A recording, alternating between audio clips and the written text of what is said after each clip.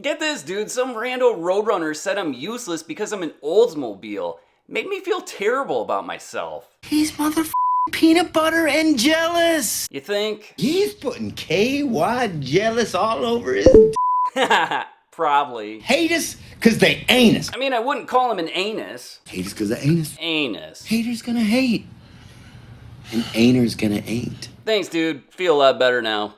Let's drag race him.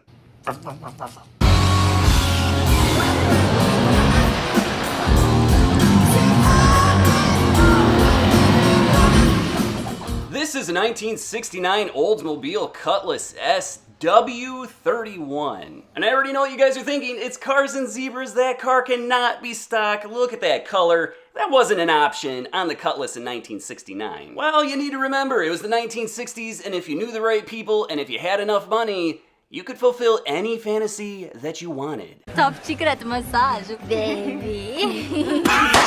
And that's exactly what happened with this car. The original owner special ordered it in powder blue, which was typically an exclusive color only for the Toronado, but they must have known the right people, and they definitely made the right decision because this color is unbelievable. Unfortunately, the camera just doesn't pick up the quality of this car, and that's why you gotta go to the pure stocks and check it out yourself and drool just a little bit when you're looking at it. Let's talk about the engine, shall we? Remember, this car is not a W30, so it doesn't have the big block 455.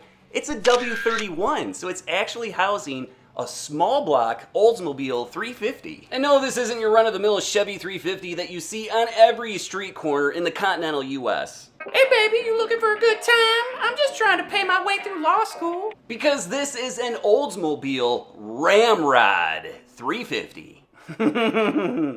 Ramrod. Arguably, Oldsmobile did the small block even better than Chevrolet, but I'll let you guys duke that one out in the comments section because this car is making 325 horsepower at 5,400 RPM and 360 pound-feet of torque at 3,600 RPM. Any way you slice it, those numbers are very impressive regardless of the block size. Psh, small block?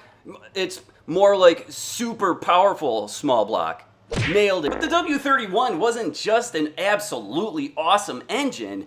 The W machine package also included an air induction system, a specially calibrated quadrajet carburetor, a Winters aluminum intake, a 308 cam, a 10.5-to-1 compression ratio, dual exhaust, specially designed cylinder heads fitted with the massive valves from the Olds 455, and oh yeah, a larger harmonic balancer, so you could rev the daylights out of this car and it will stay smooth as butter.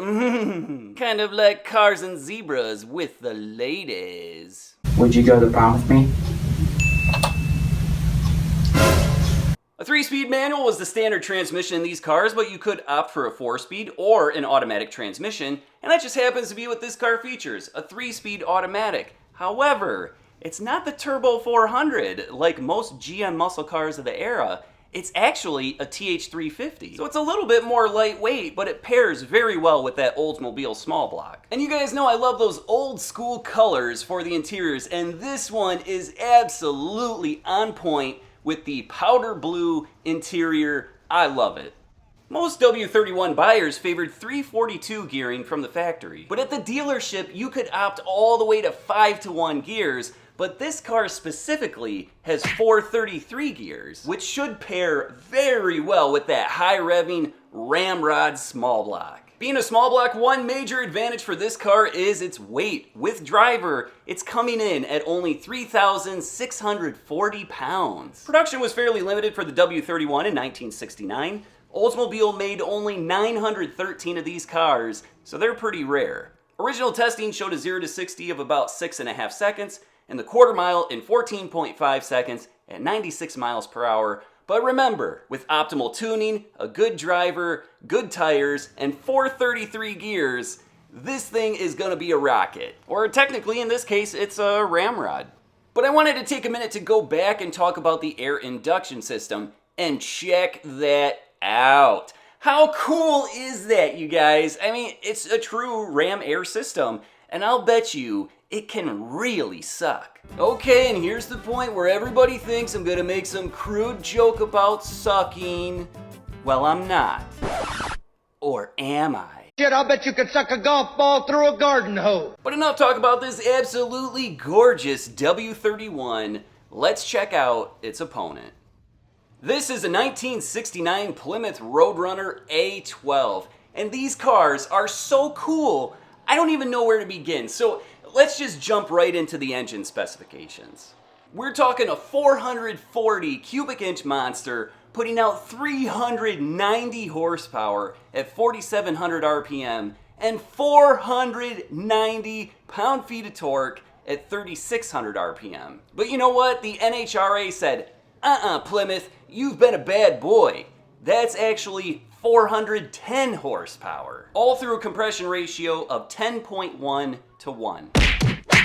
And with the A12, you also got 6-pack carburation, which was 3 Holley 2-barrel carburetors on top of an Edelbrock aluminum intake manifold. And that is a 3-way I would never turn down, unlike that one in Las Vegas last year. I said, Verge, let's try those tiny chickens. Then we had a 3-way all night long. But the Road Runner A12 wasn't just an absolutely awesome engine and a fiberglass lift-off hood. It also featured higher load valve springs, heavy-duty rockers, a Hemi oil pump, a heavy-duty radiator, and 15-inch wheels fitted with G70-15 Goodyear polyglass red streak tires. Oddly enough, you could not get disc brakes on the A12 cars. They did come with heavy-duty 11-inch drums, but that was it. So hopefully you weren't in a hurry when you were trying to stop this car.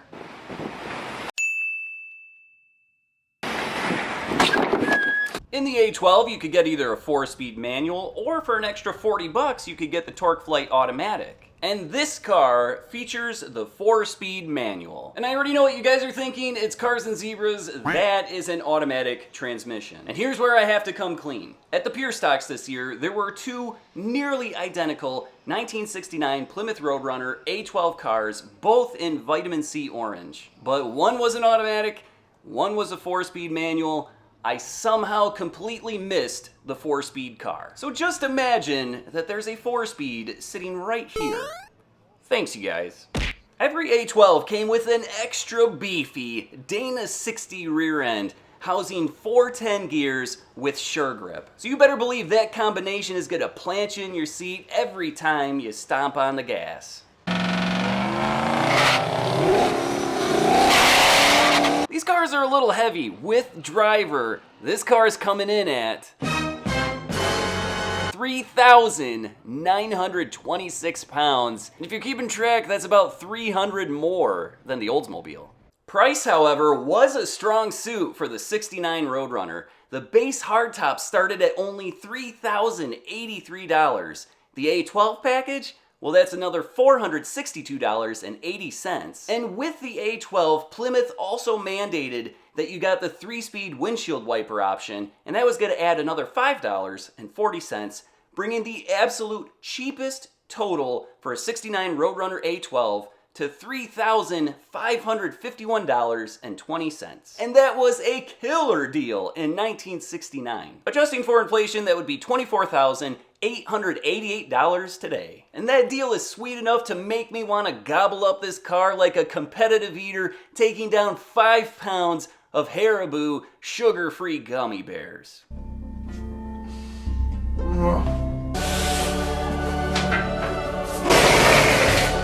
Production was somewhat limited for the Road Runner A12 in 1969. Plymouth made only 797 hardtops and 615 coupes that year, so they can be pretty hard to find. Speed and Supercar magazine tested an A12 in 1969, and they ran the quarter mile in 13.88 seconds at 106.13 miles per hour. But you know what? Ronnie Socks also got a hold of one of these cars, and he worked his magic testing it for Superstock magazine.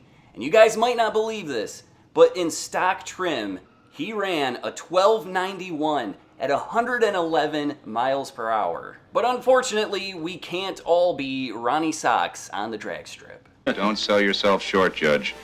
You're a tremendous slouch. But enough talk about these two cars. Let's see what they can do on the drag strip. And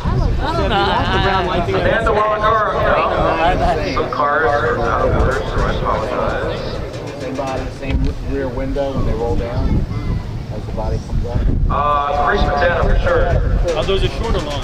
They're short. That's what I was Has this W-31 Cutlass S. What's cool about this car, other than it being a W-31, is that it is a special order color and only available in Toronado.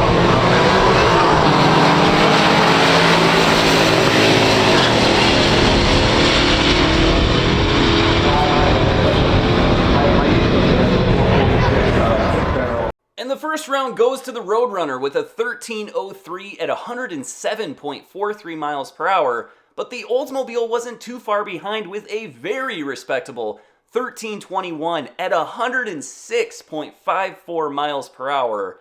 Let's see who takes the second round.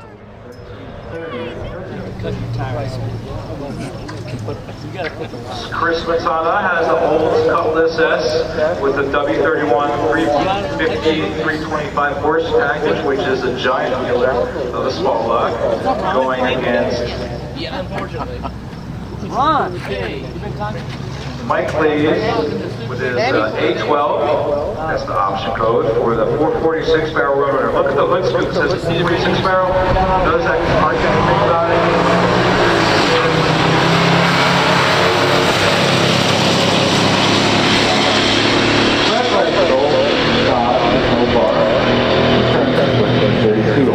As you can see, the Oldsmobile was able to keep up all the way through the 8th mile, but after that it was all Road Runner with a 13:32 at 107.33 miles per hour. And the Oldsmobile slowed down quite a bit, a 14:08 at 96.89 miles per hour, which leads to the next part of the video, and you guys might not like it.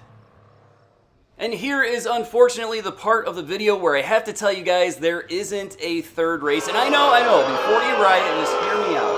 The owner of the Oldsmobile reported that during the second race, he started to hear some sort of a valve train tick, and rightfully so, he pulled out of the third race. And I give this owner a ton of credit because only 3 weeks prior to this event had he finished the complete restoration of this car that took him 4 years. So I sure hope to see it again next year because there's not enough Oldsmobiles there and this car could fly. During time trials, he was actually able to run a high 12 and that is awesome.